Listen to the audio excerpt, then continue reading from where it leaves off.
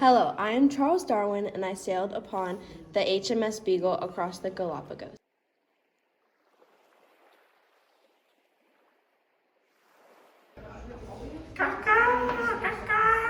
I observed a finch with a long beak to eat smaller insects that live on the island.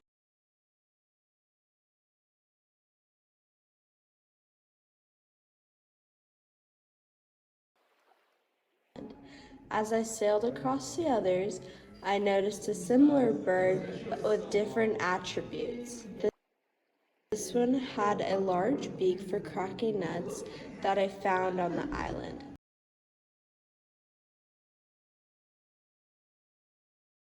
I concluded that these birds came from common ancestors but developed traits that were well suited for their habitat.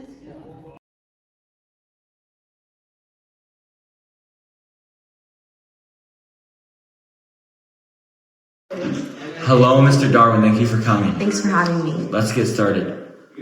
Then cut. Mr. Darwin, what evidence supports evolution? Scientists use many forms of evidence to support evolution. The fossil record shows how species change over time. Transitional fossils contain traits from both older and newer species, and as the layers went deeper, we could see the ancestors of animals that currently exist right now. Comparative anatomy studies body structures. Different animals can have similar bone patterns called homologous structures, which suggest common ancestry.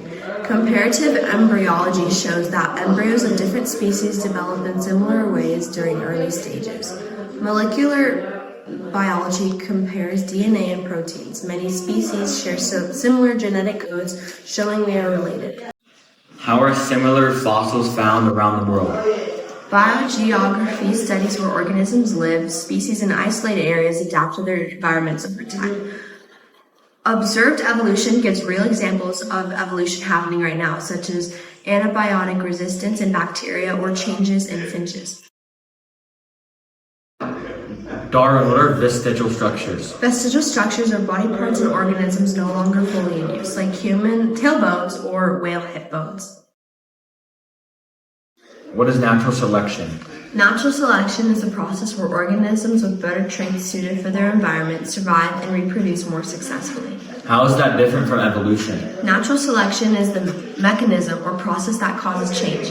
Evolution is the overall change in population over generations.